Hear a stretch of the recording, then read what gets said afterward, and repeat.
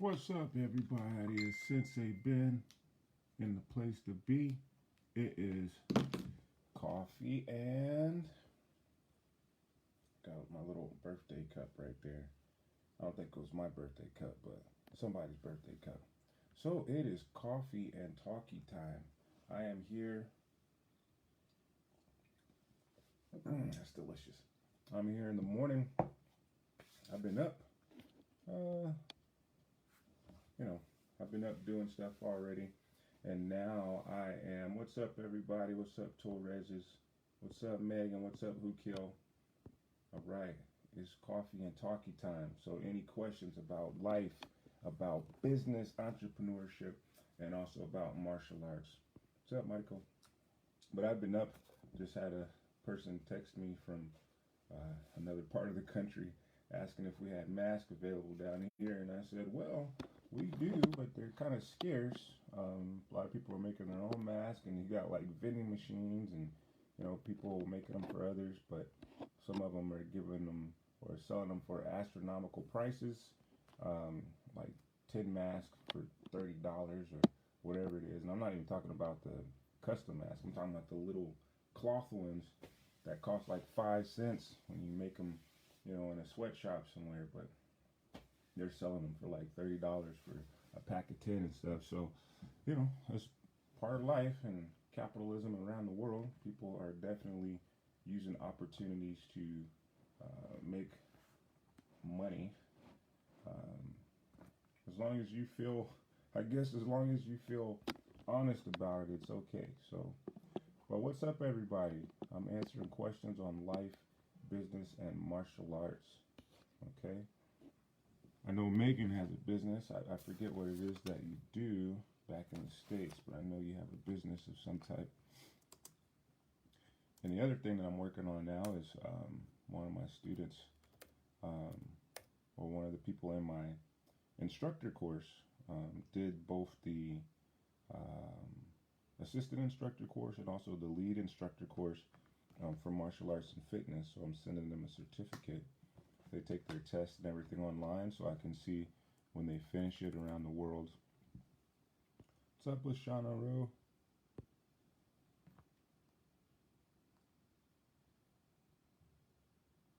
Hey, what's up, Megan? Oh, so you got a veterinary hospital. That is so cool. Nonprofit. Cool. Very cool. Type below is a nonprofit. I know you have staff over there.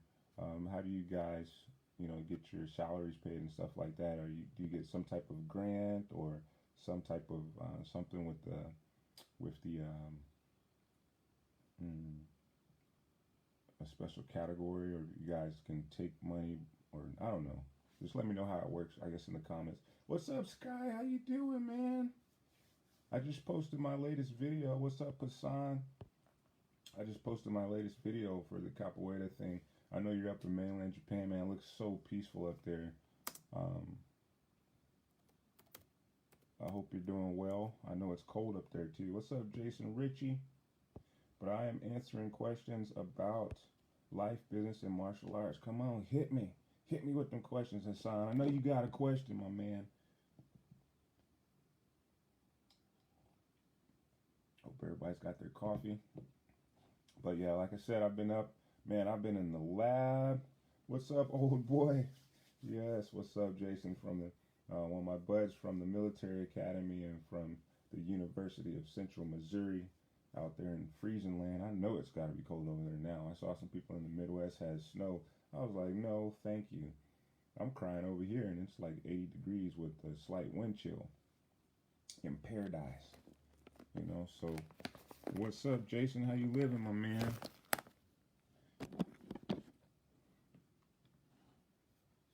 How you living? So yeah, right now I'm working on like I was saying before, working on the getting a certificate out to somebody that finished my assistant course online. So Hassan said he's looking to open up a martial arts gym when he gets back to the States. What should I do to prepare? So Hassan, I would say the first thing is that you really need to look at which area you're going to. So anybody opening any business, I'm glad you asked that question. You have to do a lot of market research. So it's not just, so the two biggest mistakes. What's up, Aaron? Another gym owner there, another CJJF owner out in California, and a Bellator fighter. So here's the thing. If you're opening a business, here's the two biggest mistakes that people make. Of course, man, you need to come to Japan. The two biggest mistakes, and I want to get you on one of those Zoom calls, man, for the people over here so they can train with you as well. What's up, Miguel Martinez? So two biggest things, you're going to love to hear this one, Miguel. Two biggest things when people open a business as far as mistake-wise is that they don't do enough research, right? So just like any other part of your life, when you go in there for your boss, when you do a PowerPoint presentation, when you get up to give a speech for, you know, a graduating class, whatever you do, if you're a politician, hopefully you do all of your research before you speak, right? So same thing is a lot of people try to open a business just because they see opportunities, but those opportunities quickly fade if you don't do your research right, because obstacles always come up, things happen, Murphy's Law happens, you know, so you need to have a business plan. And way back in the beginning, for me, I had, you know, really tight business plans that started, you know, a little bit, you know, just trying to figure out what's going on. But as it went on, I had tighter and tighter business plans that let me know what I want to do and where I want to go. And then over the years, I adjusted. Like I literally adjust my business plans mentally or by writing notes on the fly for years, like weekly. So that's the first thing, Hassan, is you got to do a lot of market research as far as your area, what schools are there, what do they offer, what you can do to be not just another gas station, but to have value in the community, right? So, and the second thing is that, what's up, Michelle Harvey? The second thing as far as opening a business is that the really big mistake that people make, Hassan, is that we think that everybody is going to want to jump on. You know what I mean? So when you have a big product, it could be like the newest vacuum cleaner. The person that created it, they're in love. We're in love so much with ourselves and our own inventions, right? That we think everybody wants it too. Oh man, this vacuum cleaner is going to change the world. Everybody's going to want it. And you go out there and you put a lot of money into marketing and stuff like that. And you're like, man, definitely 1 million people are going to buy this. And you end up getting like 2 people. And then you're mad, like, I don't see what's going. But there's a strategy to marketing. There's a strategy to finding your niche, right?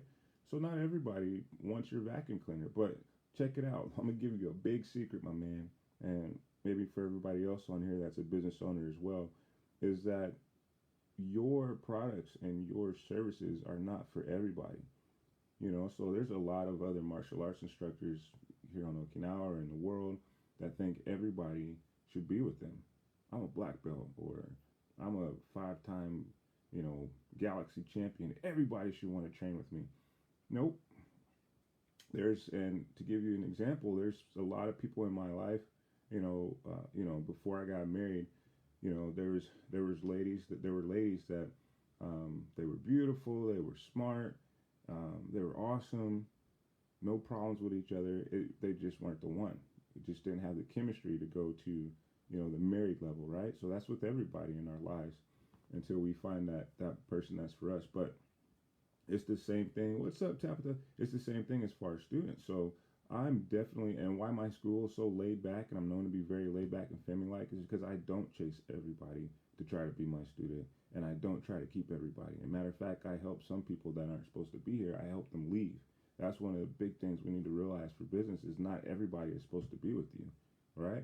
The people that are supposed to be with you, they will stick and stay. The people that are not going to be with you will give you trouble the whole time while you're trying to hold on to them because you think you need their money or something like that.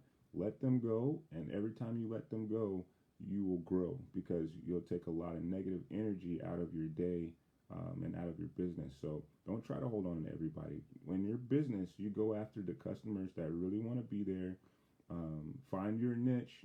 So here's the other thing too. If you are a big way that companies lose money opening businesses is that, or doing businesses, is that they they try to market to everybody. So if I make flyers and put it out on Facebook, or if I put an ad on Facebook for, say, $100, but I send that ad to everybody in the world, I might get one person that actually likes martial arts that's going to respond to me, right?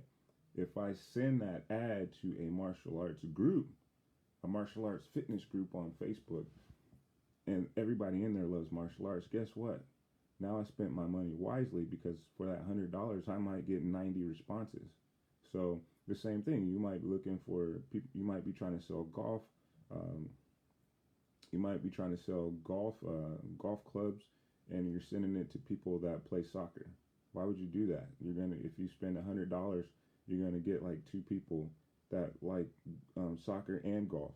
So you send it to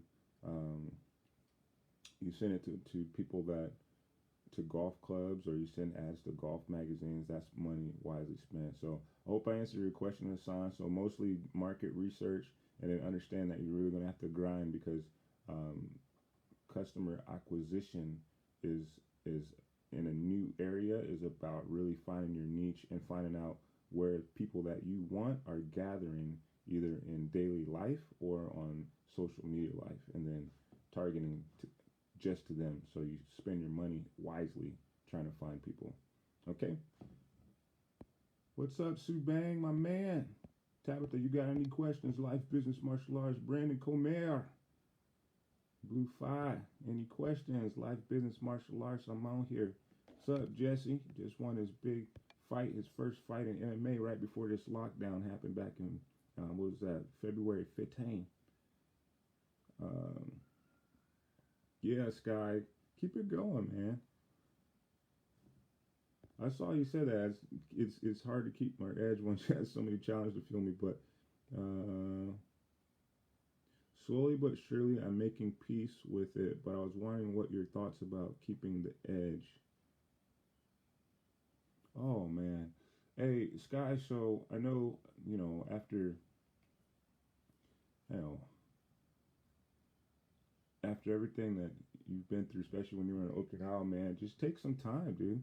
You're at a peaceful state in your life where you can just sit back, educate yourself, challenge yourself in those ways, and just relax, man. Let your body relax, So sometimes we get in life a little respite period, but we want to charge through it. Don't charge through it. Just enjoy it. If you want to train, let's train, man. I'm training people all around the world every day now, doing videos on the Zoom call. So it's really cool, and I'm really enjoying it. And actually, the challenges for me right now of training people around the world has definitely, it's seriously elevated my thoughts. Like I told my Shalita, my program director, I said one of the classes I taught yesterday was the best class ever taught in my life, whether it was in person or online for these last couple weeks. It was the best class I ever taught. Like, it took me outside of the box to try to teach somebody advanced concepts with limited equipment and all this kind of stuff. It was the best class, the best ever. Okay, so just let me know, man, but enjoy this time of peace. So all employees are paid, Megan says, for her veterinary office. Okay, awesome, Megan. She says they get paid through 501c3 nonprofit status. So that's kind of like religious organizations, right? But it's a veterinary office. James Michael, what's up, my man? Down the street in the house. So James is a mega singer, plays like all these instruments, man. Got a great family. But my question is how to stay in the groove when you are training with the dummy or someone who doesn't have experience in BJJ. Oh, okay, Megan. So here's the thing. To be honest, like I tell people, when I do my training for competitions and fights back in the day, I haven't fought for many years now, but when I do competitions, which I still do, I do a lot of training by myself. And I tell people, they think I'm playing with them, like, you slow me down. Like, the only person, if Coach Carnes is on here, my strength and conditioning coach. He trained a lot of UFC champs and fighters. One of the originators of the MMA like fitness workouts that you see a lot of people do today.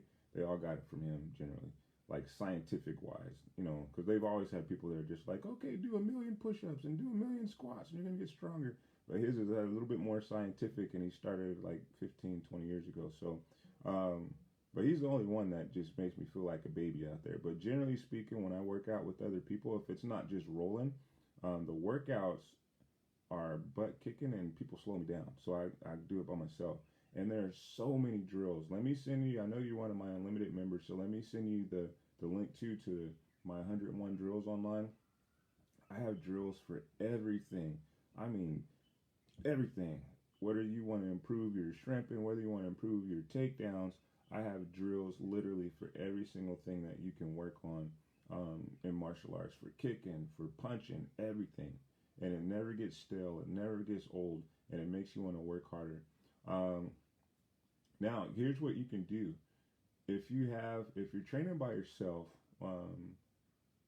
when you're training by yourself, if you're not motivated to do it like with headphones on and just sitting there in your house, then you can grab a buddy. Here's a good trick for you. You can grab a buddy and you guys can go live on Facebook or something like that, and you guys can do the workout together. You know what I mean?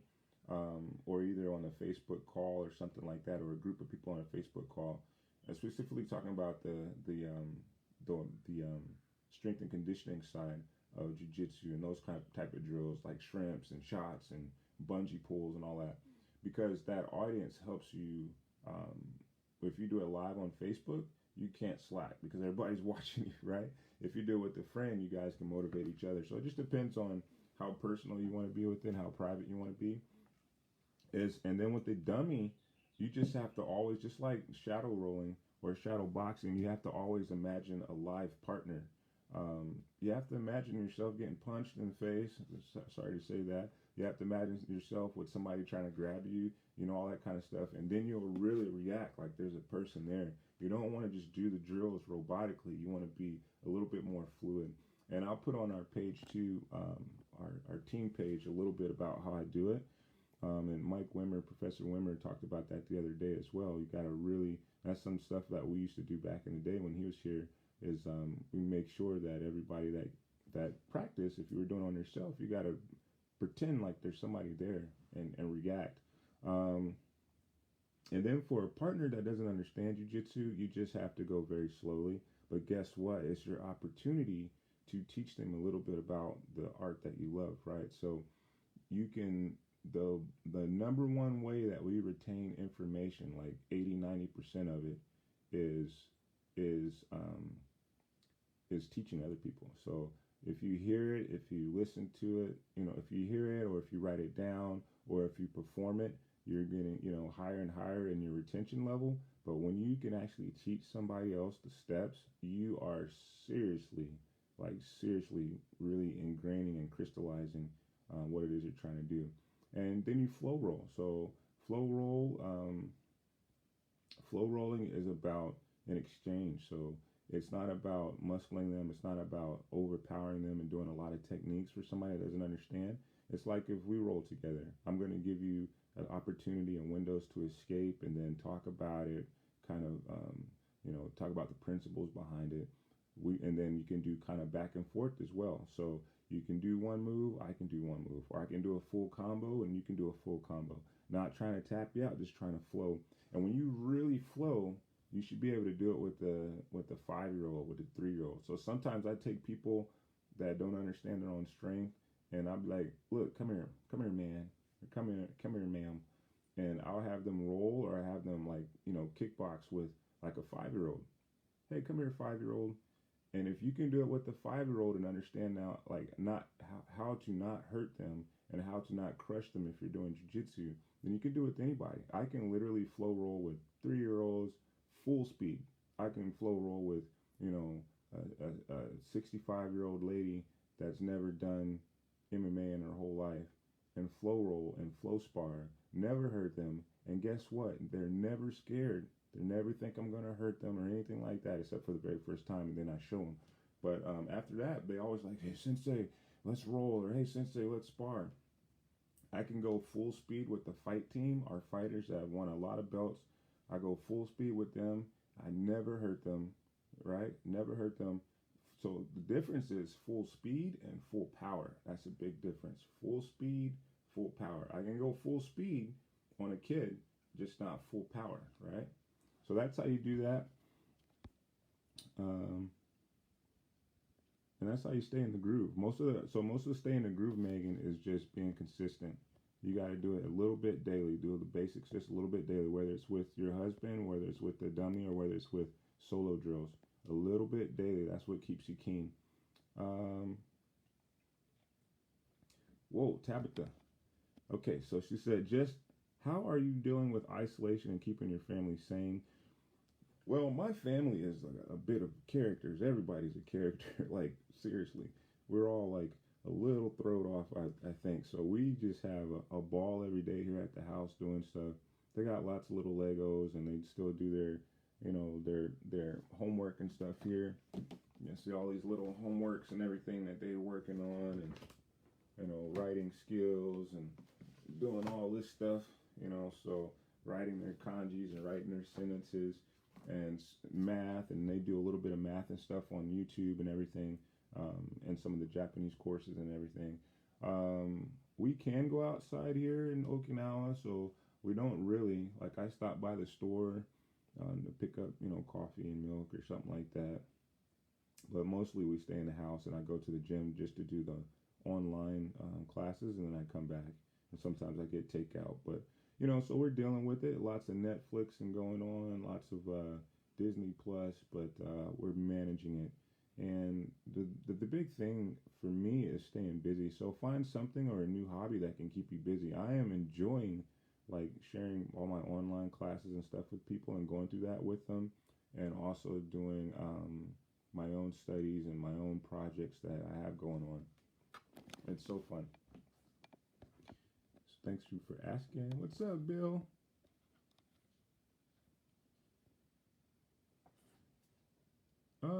So remember, Tabitha, if you want to do home training for your kids and keep them motivated, remember, training is all about fun, right? So we have, even for adults, what keeps you coming back is, having fun, but there's a lot of chemicals that are released in your body when you do martial arts that you're missing when you don't really have the big atmosphere. But at the same time, you can create it. So, but the thing that we have to create all the time, Tabitha, is fun. So fun, train hard, and then keep thinking about fun. So you have to find a way to gamify for kids, definitely gamify the experience. So like I was saying yesterday on your video you posted on the page with him doing the knee on belly, if he's falling off, then you turn it into, a rodeo, right? So you're kind of like the horse, and he's got to ride the horse like a cowboy. You can put a little cowboy hat on his head, and you try to push him off of you like that, right? And if he stays on for 8 seconds, just like a rodeo, then he wins. So that's much more fun than just, hey, just do knee on belly. Now jump to the other side. Okay, jump to the other side. They might do that for about 3 minutes, and then they're going to be bored, right? So you have, to be honest, most adults only have a 15-minute attention span before you have to switch. So there's a lot of so many things. So that's why I've been doing this so long. People are like, how you been doing this so long? Because I really do a lot of research, and I really try to understand how to teach better and get better every single day. So you have adults with a 15-minute attention span. You can't teach 1 million moves at a day, and you can't teach the same move for that long. You have to get a water break, do a variation, a water break, a variation. Now, when it comes to kids, a general rule that we have is that kids have the same attention span as their age. So if your child is 3, they got 3 minutes before you need to switch it up a bit. If your child is 4, if your child is 10 years old, you got that much time before you need to switch it up and make it a little bit more interesting. So you have to gamify it, and remember that every few minutes, for his age, you have to give him a water break, or you have to switch up the game just a little bit. The first minute or so, you're like, okay, hold it for 3 seconds, and then after the next time you get some water, you come back, okay, now you have to hold it for 5 seconds. Then the next time you come back, oh, this is the big one. You're gonna win your cowboy hat. hold it for 8 seconds, and you get the hat, and you can cheer and all that kind of stuff. So very, very scientific approach to it, but it's all about fun, though. You gotta have fun. Okay, so Jamal, oh man, selling skills. So he's a recruiter right now. One of my, more coffee and talking. One of my students there, Capoeira. He's a recruiter right now. Selling skills, recruiting wise, selling is about the same thing, or it kind of works the same way in all different areas. The same, it revolves. I'll say it evolves. It revolves around the same few principles. Okay, so what you want to do is, first of all, you have to know what your mission is, right? So you got to know what your mission is, what you're trying to accomplish. And that's, recruiting people, but why are you recruiting? What's your why, right? So once you really have that why ingrained into you, I want to help our nation by recruiting the best and the brightest out of our future and up and comers, right? So you really know your why. I've loved the Marine Corps so much. I want to help other people see the same life and do the same experiences that I had. Okay, so you got that inside.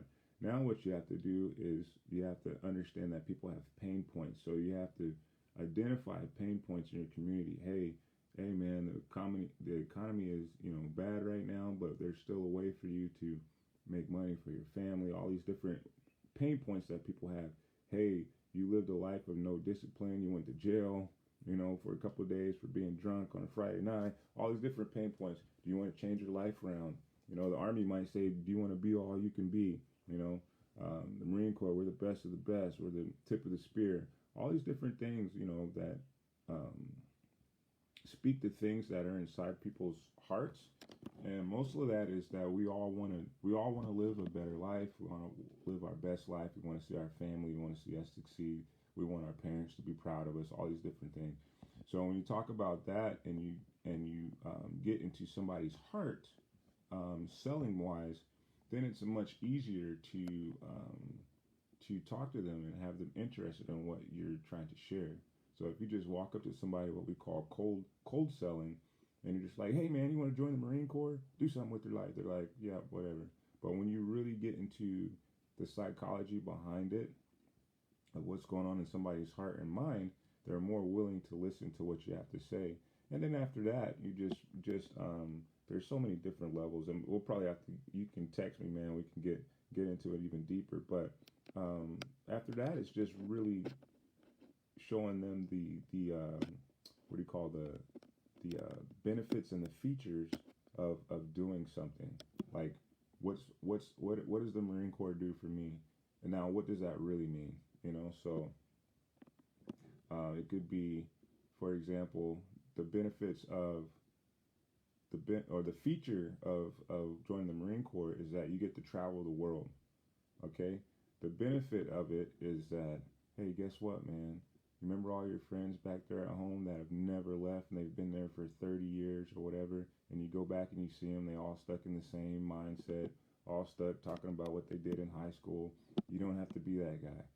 That is a benefit. Feature, travel the world. Benefit, you don't have to be stuck in the same hometown for 30 years thinking the exact same thing for the rest of your life. You can get out of there. So you want to think about that. But there's so much, man. So text me and we can go through it.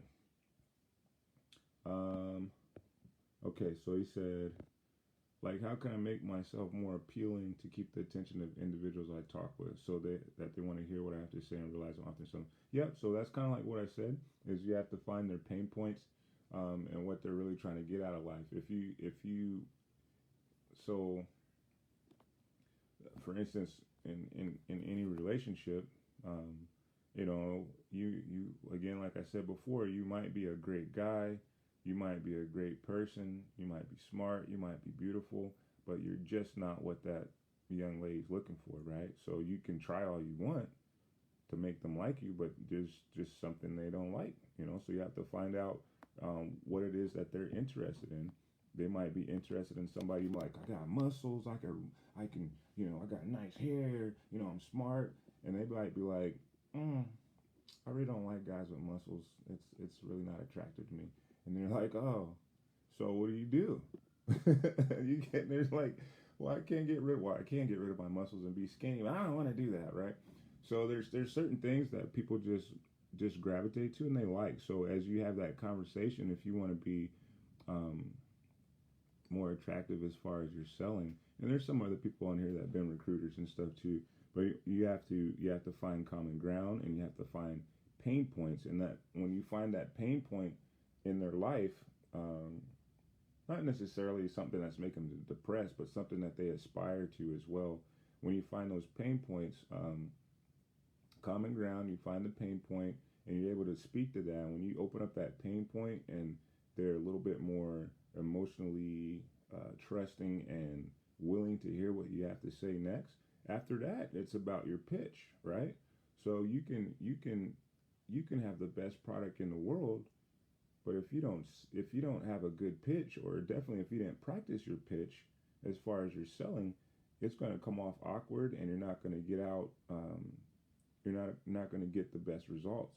So the people that do the best selling are people that have their pitch down packed. I mean, practice it. You got your elevator pitch, which is 30 seconds. You know, the time it takes from getting from the ground floor to the top floor with somebody in the elevator to talk about what you offer, and hopefully start connecting with them. And then you got that 5 minute one, you know. So you don't want to give a dissertation because people ain't got all that time now. You know, I'm trying to look at my phone and see what's going on in my feed. So you got the short 30-second one, you got the long one, but it's about finding common ground somehow, introducing yourself, common ground, pain points, and then displaying the features and the benefits of joining the illustrious, and awesome Marine Corps. Okay, and that's just just a little tidbit, but it goes way deeper than that. The best sellers out there could literally sell, ice to an Eskimo, as they say, because they're just that good and they practice that much and they've got so much experience. And don't be afraid to fail. The more you fail, the more feedback you get.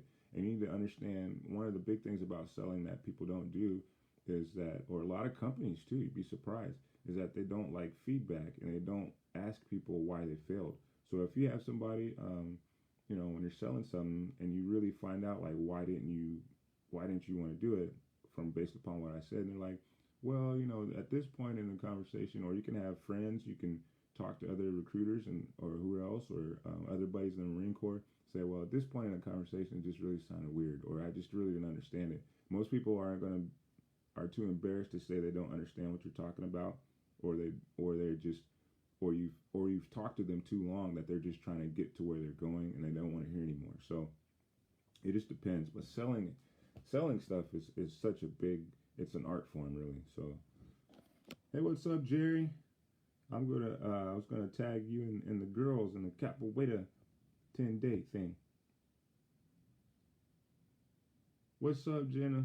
Yeah, I know you're in Hawaii. You guys are the opposite side, so it should be, it's like 5 in the morning. I don't know, 5 at night for you when you do the videos. Let me know. What's up, Hannah Lee? Scrolling down. Veronica, Rothaker, sorry. What's up? I know you guys, I guess you guys aren't traveling the country right now. You're welcome, Tabitha. My stepbrother is watching in Texas. The sheriff deputy. What's up, Jair, one of my students? She said, Sensei, what if I don't have room to do videos? I have no private room and I hate doing it in public with my family watching, especially if I'm training with a dummy. I feel embarrassed, shy. My brother, you tell them brothers and sisters to help you. But no, it's okay. You can if you get into like a little hallway, or if you just have room enough where the dummy is, it's okay. I don't mind, so if you don't mind getting in a little spot, I got some people doing the live videos, they're literally like in a hallway with like 2 mats, like between their bathroom and their bedroom. So it's just what's going on today. If you can go on the porch, I don't know how the house is set up, but it's up to you. But I don't mind, what the background looks like. If you got, laundry and stuff back there, it's all good. But I definitely understand that. I know it could probably feel a little embarrassing trying to use, especially the dummy in the middle of the family room.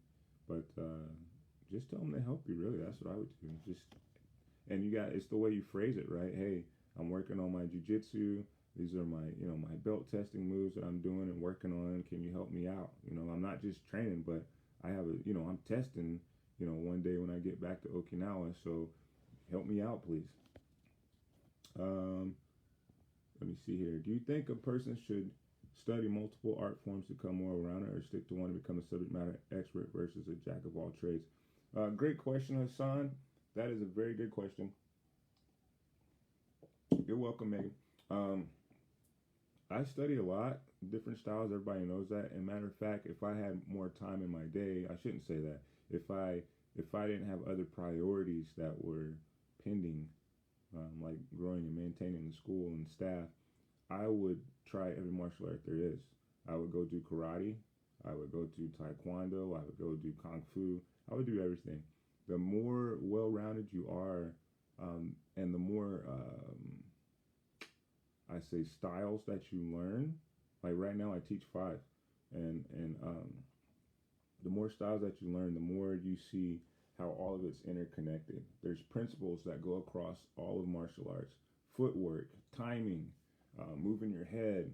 Some of the styles have unique movements in them and unique techniques because of the style, but a lot of them are overlapping. I'd say about 80% of it's overlapping. Then you have about 20%, of course, that is stuff that is unique to that style. And then within every style, there's stuff there's nothing that's useless. There's stuff that you don't understand yet. So, people talk about, I see Aikido videos all the time. Aikido is just a part of the big jiu-jitsu family in Japan of martial arts. There's a lot. Aikido was originally, part of, developed under people that were trying to dodge swords, right? Back in the end of the samurai eras and stuff. So, and kind of those philosophies of dodging weapons and things like that. So a lot of techniques had to do with that, and then it developed into empty hand and a lot of grabs and stuff like that.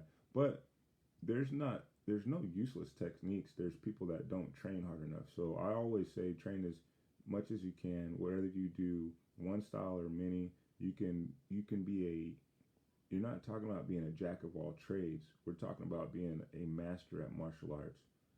And like I said, if 80% of martial arts is overlapping in every single style, then it doesn't matter what style you start with and what styles that you integrate.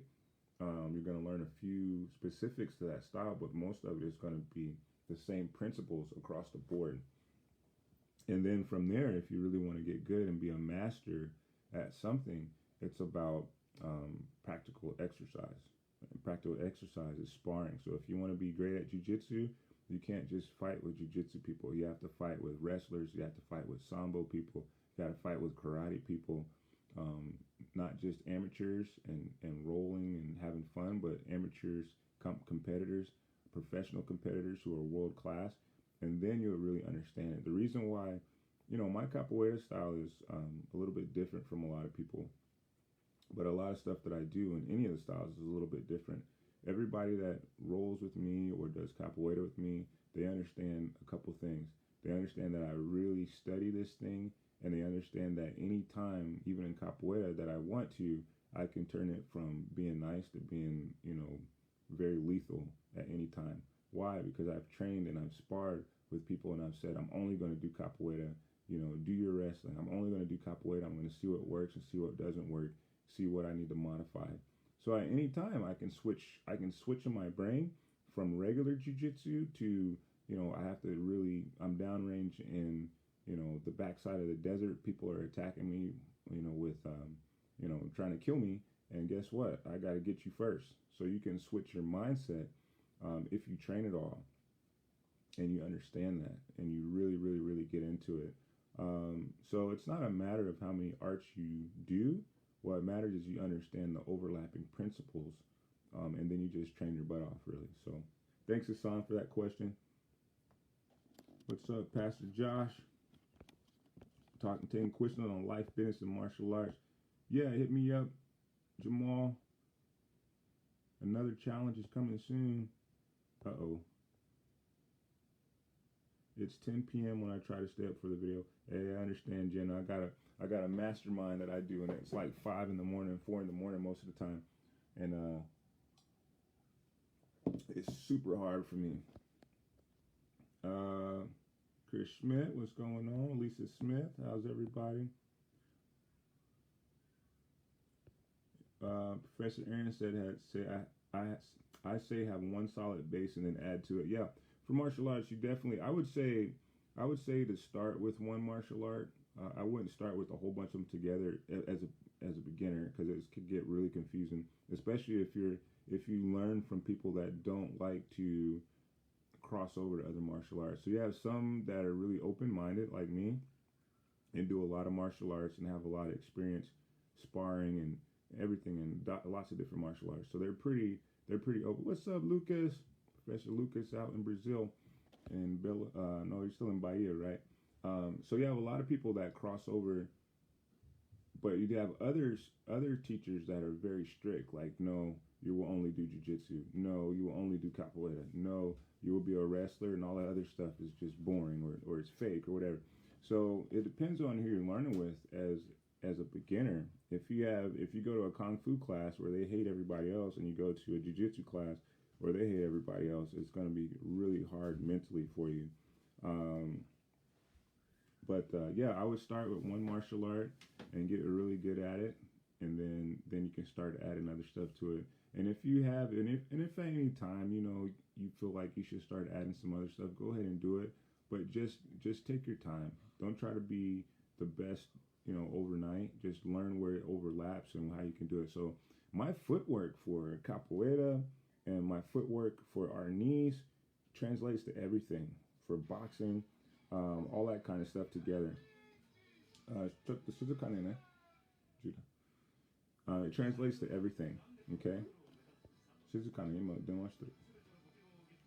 And then says she asked me if they can help me with some techniques, but they don't want to do it. They helped me once, called me heavy, and then never helped me again. You better get them, Jenna. You want me to talk to them? But if not, just put some extra. You put some pool noodles, or put some really a whole bunch of clothes inside of the dummy to make it a little bit heavier and to make it a little bit more, or to make it less flexible, right? To make it more dense so it doesn't feel so floppy when you use it. It's one of the things that helped me. Lucas, Brian Thompson, what's up? Joe Davis, Mr. Judo. Takafusu Tabitha up in Tokyo. John Harden. What's up, man? I miss training with you. What's up, Ba? What's up, Ba? Yeah, I got that beard. What would you suggest to stay, Veronica said, what did you suggest to stay motivated to do the videos, or in general to stay consistent for those who struggle with depression or other mental health issues? Okay, so to stay motivated, well, if training is something that you love to do, and you know that it puts you in a better mood and a state of mind, find any way possible to do it. So and a lot of people think that it has to be something that you do for an hour to get the same effect. It doesn't have to be. It depends on how hard you're willing to work. I can get the same workout. I can burn the same amount of calories in my workouts in like 20 minutes that a lot of people burn in like an hour. Why? Because I'm focused. If you take that time to really focus and you have a good routine, or if you follow the routines that I put inside our private groups for each of the programs, you will get the workout. It's the same thing as when you guys come to class. Some people go through circuits that we do at the school, our 20, 15-minute circuits, whatever, or they go through a class, and some people, the whole class, they burn 400 calories, and other people are burning over 1,000 calories, and they're the same body type or whatever else, because it's how much you're willing to put into it. And it doesn't have to be long. So if you're trying to get out there, if I need sunshine, so we call sunshine our happiness in the day, right? If I need sunshine, I don't have to go sit in the sun for 4 hours.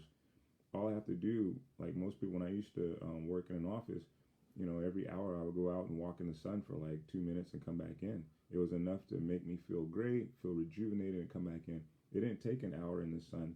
It just took a focused 2 or 3 minutes and being consistent with that. So if you're dealing with anything, especially the motivation to do it, I can tell you, number one, that it won't be easy, because nothing in life is going to be easy whatsoever. You're going to have to learn how to push through it, and I'm sure you are, just like the rest of us. We push through it. We push, we push, we push. It's going to be a many a day, even when you're feeling great mentally, physically, spiritually, emotionally. There's going to be a many a day when your mind is going to still tell you, even though everything is going great in life, to sit on the couch and not get up and do some work. It's all of us. So, but we push through it, and the more you push through it, the next time it's easier to push through it. But guess what? The more that you let that mindset or that emotional state keep you on the couch, it's easier to do it the next time as well. Okay, so you got to learn how to push through it. I'm telling you what, when you come out of this, like I've been saying to everybody, there's going to be people that are accelerated and way past where they were when we went into this thing, and there's some people that are going to go backwards. And it's all about what are you willing to do, right? It's your body's going to tell you no, your mind's going to tell you no, people are going to tell you no, the kids running around screaming are going to tell you no. But we got to push through it. All of us are in the same boat right now as far as that aspect, that we have to push through a lot of things to get accomplished our same goals. So I would say, apart from that push that we all have to do, Veronica, understanding that it doesn't take a long time. You can get the same effect in 5, 10, 15 minutes with focused training that other people would take an hour and 2 hours to do, right? So you have some people that go to the gym on base when it was open, and they can get the pump and get the workout in 15 minutes. Other people in there looking at themselves in the mirrors, taking selfies, taking up gym space and taking up machines for 2 hours, and they haven't done anything. They've burned like 50 calories. They haven't even burned one Oreo cookie off. And other people are killing it in a few minutes. So remember, it doesn't need to be long, but it does need to be consistent, and just go from there. And you got to push through. All right, what's up, Zeke? What's up, Veronica? And then or Veronica De Leon right there. What's up, Miriam from Hungary? Tony Hill, Patrick McKenzie. What's up, everybody? Yes, I got the beard. I'm bearding it out. Okay. So I don't know. You're welcome, Veronica. I hope that helped a little bit. I mean, other than the stuff that you already do, so just make sure you stay consistent. It does, even if you're not on the live videos or something like that, or practicing exactly what we're doing for the day. You gotta do something. So my routines, whether you do it for 1 round or you do it for 2 rounds, 3 rounds, whether you do the superset for 5 rounds, try to do it, be consistent every day. And that's the same with me. And you have to think about your goals, right, Veronica? So you got to think about your goals, Veronica Delgado. Got to think about your goals. When I was I want to be in shape when I get out of this, because I want to compete again.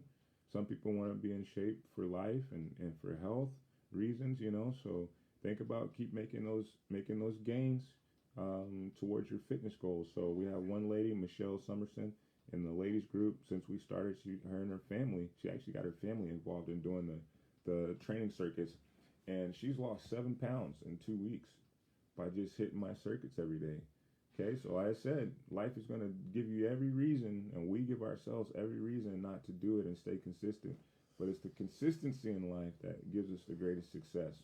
You can fail 1,000,000 times, but guess what? All you need is that success one time. Once you get a taste of that success, even in the midst of, the stuff going on right now, once you get a taste of that success, you'll never, ever doubt that you can do it again, even if it's a greater challenge. But now is the time. Samantha, what's up, Samantha? Let me see here. I'm needing help with transition during this season. You got it, De Leon. And remember, you guys can hit me up if you need private lessons as well. But the biggest thing for you guys is just staying consistent, whether, like I told the other Veronica, staying consistent and remembering what your goals is. Write that goal. Guess what? I got my goals on my phone. Like, they come up as an alarm. My goals for the school come up as an alarm every single day on my phone at 8:30 a.m. While I'm driving or where I'm going, or I'm sitting at Starbucks, it pops up and says, hey, this is what you're all about. This is what you need to offer to customers. This is what the quality you need to have. Like, it has 3 little sentences that tells me, like, 3 little blurbs. It's not even sentences. It just says this, this, and this. And I think about it. I'm like, yeah, that's what I need to do today. Keep that focus. If you have a goal, set it up in your phone. Every morning you wake up, 7:30 a.m. or whatever it is, it pops up on your phone. It says, bim, bim, remember your goals. Stay consistent. And you do a little workout and you go about your day, you know.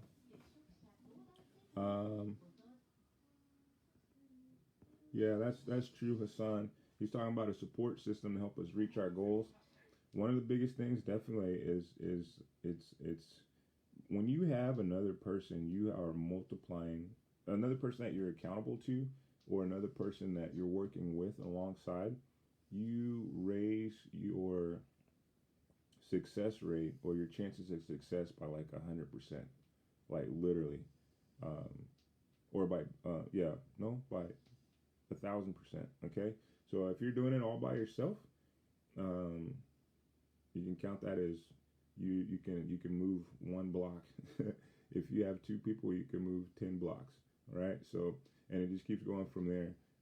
With the power of both of you guys is, you know, positivity, your mindset, your emotions all together, spiritually, whatever it is, and you go from there. So that's why it's hard right now for a lot of people to do these workouts and stay consistent at home, because they don't have that other person pushing them in their face, or have me as a coach pushing them in their face, especially if you watch later and you don't watch the live. But that's what you definitely need an accountability partner. You can either do it virtually with the accountability partner, let the world know what you're trying to do. Hey, I'm going to lose 10 pounds during this pandemic, or you're doing it in a place, in a setting where you have people there. Friends that you can be accountable to. What's up, JP? I don't know where you at now, man. You back in Hawaii, or you somewhere else? Got Kim Barnett, one of our coaches. Okay, so today I'm still talking about life, business, and martial arts. If anybody else has any other questions, please let me know. There's been a lot of people that come through to ask some questions, and questions and answers. So just having fun. We're doing our coffee and talkie. For those that have businesses, I talked a lot of business stuff earlier. If you want to go back and look at that, or if you want to message me and ask me specifically some other stuff. But I definitely enjoyed talking with you guys for our first coffee and talkie session. Okay. All right. So I'm going to finish up some stuff here. Finish up sending this instructor course, this martial arts and fitness instructor course certificate to somebody. And then I'm going to go about the rest of the day, try to fight my way through the zombies to the grocery store and get some milk and cookies, some milk and coffee and all that good stuff that we need. So we only go out to the store to buy food like every couple of weeks now. So we try to buy enough and that'll last us, so we don't have to go to all the supermarkets and everything. And then of course I get some stuff from convenience stores or whatever if we need something on the fly. But you guys be safe out there. Don't worry, this will all be over soon. That's our hope anyway, right? So you stay consistent, whatever you're doing at work. Stay consistent at home. Stay consistent with your family. Keep loving, keep believing, keep faithing, keep training. If you're one of my students, keep training, because I want to see you here. You know what it's like. You already know what it's like when you miss like a week of class. You come back and it's really tough. So if you're at home and you're not training, you're not following the videos live, or you're not doing the recordings, it's gonna be rough when you get back. Believe me, rough with the F at the end. Rough. Okay, guys. Thank you so much for watching. You guys be good wherever you are. Scroll back through the recording. You can look at some tips on life, business, and martial arts, and during this pandemic, staying sane and staying consistent. All right. Since they've been out. Peace.